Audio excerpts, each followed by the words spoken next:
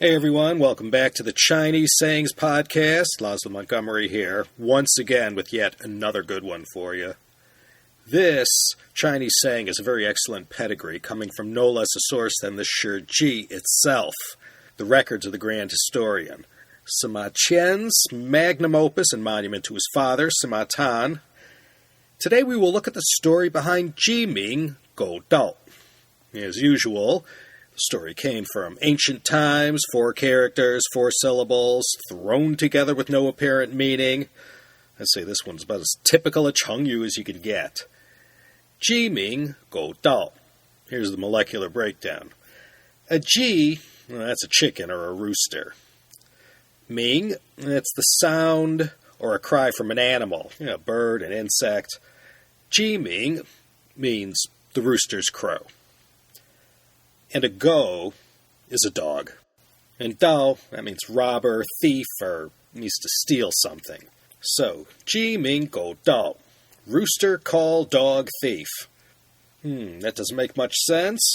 Our story today takes place during the time of King Zhaoxiang of Qin, who reigned from 307 to 250 BCE.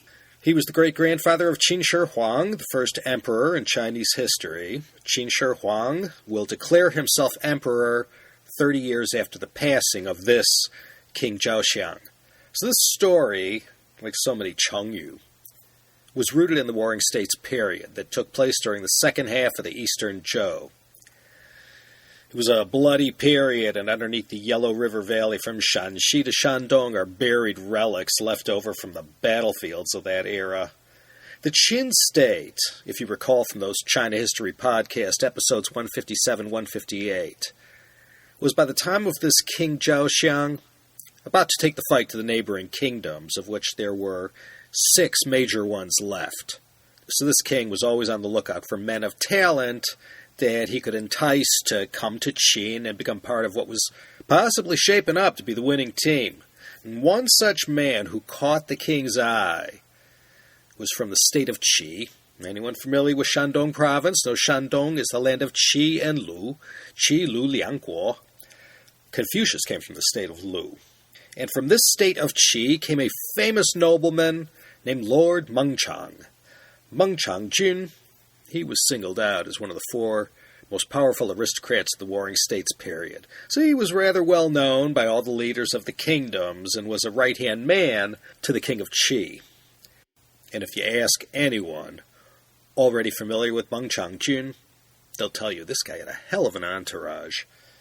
Lord Mengchang, I guess he couldn't say no to anyone because all you practically had to do was knock on his door. You became one of his clients. These kinds of hangers-on are called manke in Chinese, door guests. So, Lord Mengchang had a bit of a reputation of being kind, generous, and someone who showed up for his friends and anyone else who made it to his ever-expanding inner circle. It's said he had as many as 3,000 house guests under his care. And he knew the details of everyone, and when it was their birthday or their son's Manyue ceremony, Lord Mengchang would be there with a gift. Now, the leaders of the other states west of Qi all wished they had Lord Mengchang on their payroll, but nobody wanted him more than King Zhaoxiang of Qin. He sent an emissary to go make an offer to Lord Mengchang to come work in Qin. Well, long story short, he accepted the generous offer, and with his whole entire entourage and a load of gifts, he headed west to the Qin capital of Xianyang. This is near modern-day Xi'an. King Zhaoxiang warmly welcomed him and showed him maximum respect. Lord Mengchang presented the king with a gorgeous white fox fur coat that just took the breath away from the Qin king. He was astounded by its beauty and softness. But the time being the summer months, he told his staff to put it someplace for safekeeping until, November, December came around. In no time at all, King Zhaoxiang promoted Lord Mengchang to be his prime minister. And I can tell you, the long-serving court officials in Xianyang didn't like that too much. They weren't happy at all that their king was showing such favoritism to someone who wasn't even from Qin. And one of these officials told the king, "How can you trust this guy so much? He's like the right-hand man to the king of Qi." how do you know he's going to have the best interests of Qin in mind? And other courtiers as well worked on King Zhaoxiang, and after enough lobbying, they got him to reconsider. But King Zhaoxiang asked, what am I supposed to do? He's already here. I invited him. Won't that look bad if I fired him suddenly? Should I just send him back to Qi? And his officials told him, it's too late for that. He already knows too much. They suggested to kill him. But King Zhaoxiang, he figured, what are the other 6 kingdoms going to say when they hear that? So he called for Lord Mengchang's house arrest while he tried to think of a solution. So Lord Mengchang was kept locked up, but, he was well treated. King Zhaoxiang's brother, Lord Jingyang, had once been a diplomatic hostage of Qi and remembered fondly how well Lord Mengchang had treated him. So he went to him and offered his assistance, and he kindly told Lord Mengchang that his best bet to get out of his situation was to cozy up to Yanji, the king's favorite concubine. She was the only one who could consistently sway the king's mind. So Lord Mengchang arranged for an exquisite present of white jade to be given to her. But when Lord Jingyang handed the gift to Yanji on behalf of Lord Mengchang, she turned her nose up at it and said if he wanted her help, he'd have to give her a white fox fur coat like he gave the king. Lord Mengchang said that was a one-of-a-kind gift, and they had to kill a lot of rare white foxes to get it. But Lord Jingyang said that was his only way, and Xiang Banfar, think of a way to satisfy Yanji on this request. One of his entourage told Lord Mengchang, don't worry, sir. I'll disguise myself as a dog and go steal the coat from the coat room. Well, Lord Mengchang knew this was undignified, but considering the desperate situation he was in, he okayed the plan.